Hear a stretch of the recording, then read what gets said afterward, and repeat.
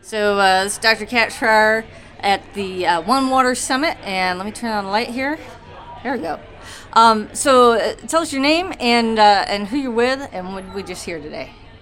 My name is Andrea Adebowale, and I'm with the City of Newark, and I'm the Director of the Department of Water and Sewer Utilities. So we just came out of the Equitable Water, Resource workshop, and it was very informative. As a public official, a lot of times we don't engage the public or the community as we should. We forget about that everything we do reflects or it's going to affect the people that we serve. And one of the biggest things that I'm going to take back is that we're going to put together a better communication plan, and I want to create a citizen advisory board so that we can have people from the community come and meet with us maybe on a quarterly basis to discuss what's going on in the community and what we need to do to kind of make their quality of life better.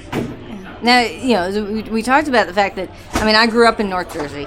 Right after race riots and one of the first magnet schools in the country, race is just it's part of the consciousness in a lot of the cities. It comes into play at all levels, economically, and how do we have those conversations in a way that recognizes the passion, recognizes the importance of those conversations, but also integrate the science, the engineering, the economics, the realities of what's going on with how do we deal with water? I think first we have to acknowledge that, water is a human right. And unfortunately, in some communities, certain people have been targeted, maybe because of their race, maybe because of their economic background. But for those of us who are here, who are passionate about finding solutions, it's not a factor. We just cannot. We have to acknowledge that it exists, but what are we going to do to change it?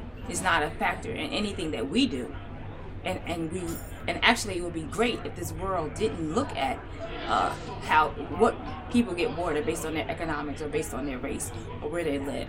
It should just be a right for all humans, and we should do whatever we can possibly do to make sure everybody has accessible, safe drinking water.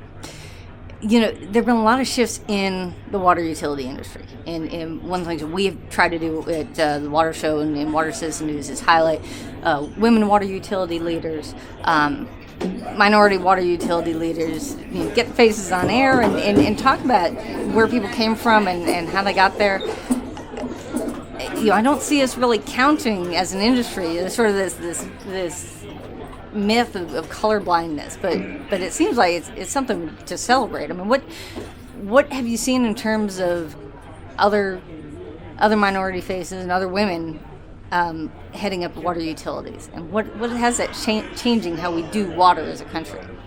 Well, I think that what I've seen around the country is that depending on where you are, faces are changing. I think people are leading their communities that are based on the people in their community. So I come from a predominantly African American community. So I am the first female to head our department. So I think that the leaders are recognizing that people want to see themselves in certain positions so that they develop a trust, develop a relationship, and kind of get a better understanding that there are people like them who do care about our drinking water and what affects us on a daily basis. So I think the nation is recognizing that, and I think we're starting to see that shift. We're starting to see more women, we're starting to see more minorities lead our water and wastewater utilities. Thank you very much.